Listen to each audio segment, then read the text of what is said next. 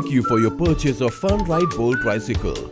The tricycle that comes with sturdy material, wider tire and beautiful bright colors. Please follow this instruction video carefully to assemble the product and know the amazing features of it. This exciting product is assembled by using these parts.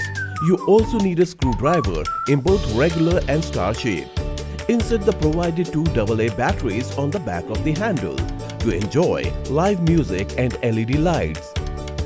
First, insert the front wheel into the main body.